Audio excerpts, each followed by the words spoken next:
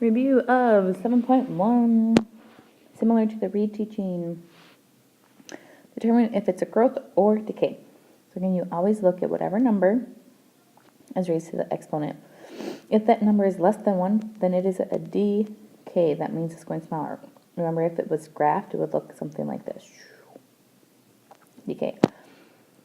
Always look at that number. If it's greater than 1, it is growth. And that graph will look something like this. It helps to do the noise. Question number 2. Looking at this equation, it's saying that I'm starting at $15,750. Depreciate means I'm going to subtract. So 1 minus, you have to make sure to change this decimal or the percent into a decimal.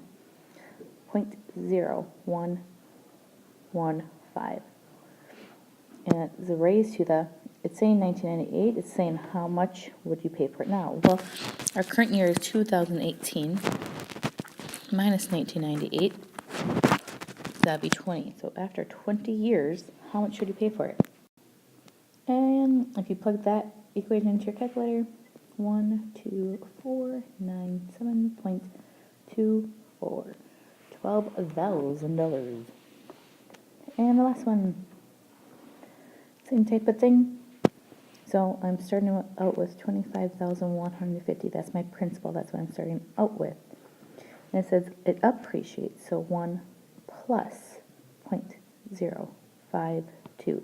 Again, you have to make sure to change this percent to a decimal, moving it 2 times to the left. And again, our current year is 2018. Subtract 1942.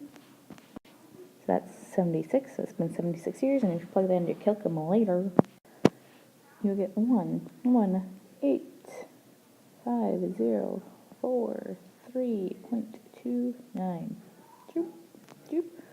Wowzer. That house that your great-grandparents bought, $1 million. Sweet. That'd be pretty awesome if you got that in your will. I mean, that would be if your great-grandparents were still alive. That's pretty impressive if your great-grandparents. All right, there you have it. Similar 7.1 videos.